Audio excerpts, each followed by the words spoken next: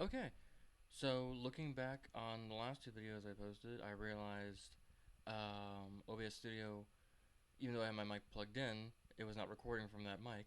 So this is a fucking roulette wheel at this point. Hopefully this audio isn't fucked up. We'll find out. Anyway, yesterday or last night, I like hurriedly watched a movie because it's still bad movie month, and during movie nights, and I really wanted to get something at least passable in before I had four bad movies in a row. And I picked right. I did good today.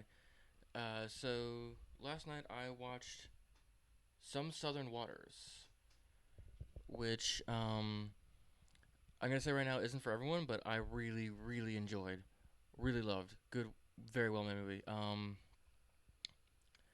So there's with like kind of avant garde, not avant garde, but like I guess avant garde. But with sort of experimental film, there's a line where it's either you leave thinking and it's like, oh wow, that was interesting. Wonder why they're doing that, or you think it's like that was fucking dumb. I know why they're doing that. Weird, fucking weird for weird's sake. Um, I think this one's straddling that line pretty close, but in a good way.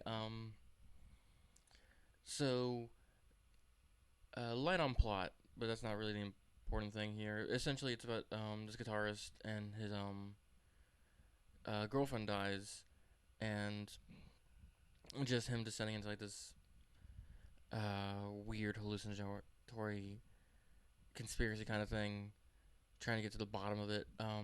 The whole movie is themed around dreams. The girlfriend has a prophetic dream, and after her death, as like the main bulk of the film, it's these dream sequences interspersed with like the real life stuff. But the real life stuff's getting more and more bizarre as it goes along, and there's no indication of when a dream starts, and sometimes even when it ends.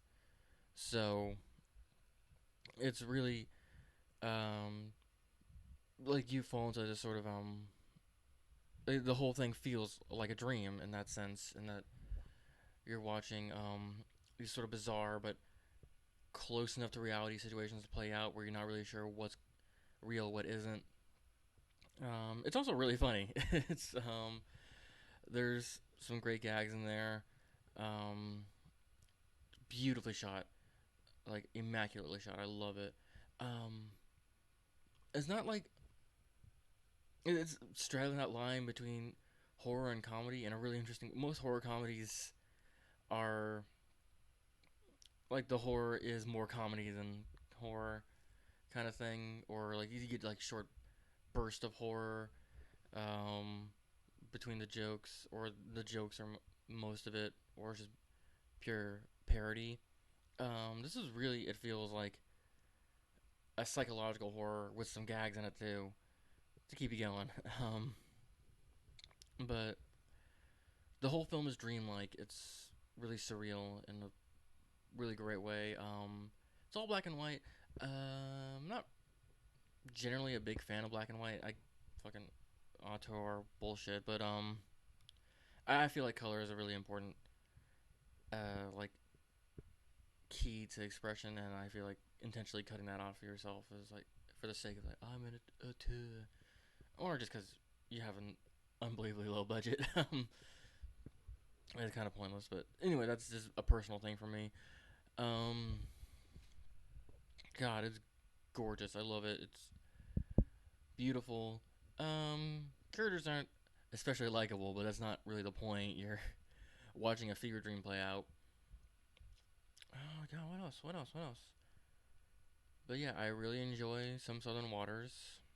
Are there any quick points I wanted to get to? I Sorry, I watched it at like midnight last night. Then I immediately went to bed and woke up this morning. I was like, I gotta record something about Some Southern Waters. I really like that one. And like all my thoughts fucking drained out of my brain. Um, let's see, the fucking on my pillow. Um, hmm. I don't want to end it right here because I feel like there's a lot more to say about it. but at the same time, like, well, I guess I'll end it right there then. Fuck it. I don't want to blather on here. Anyway, highly recommend Some Southern Waters. Very good film. Trippy, transcendental, beautifully shot, utterly gorgeous. Yeah, 4.5 out of 5. Again, these numbers are arbitrary. And real quick, before I move on, fucking movie reviews are fake as fuck. Sorry, like I'm giving these numbers. These numbers really are just for me.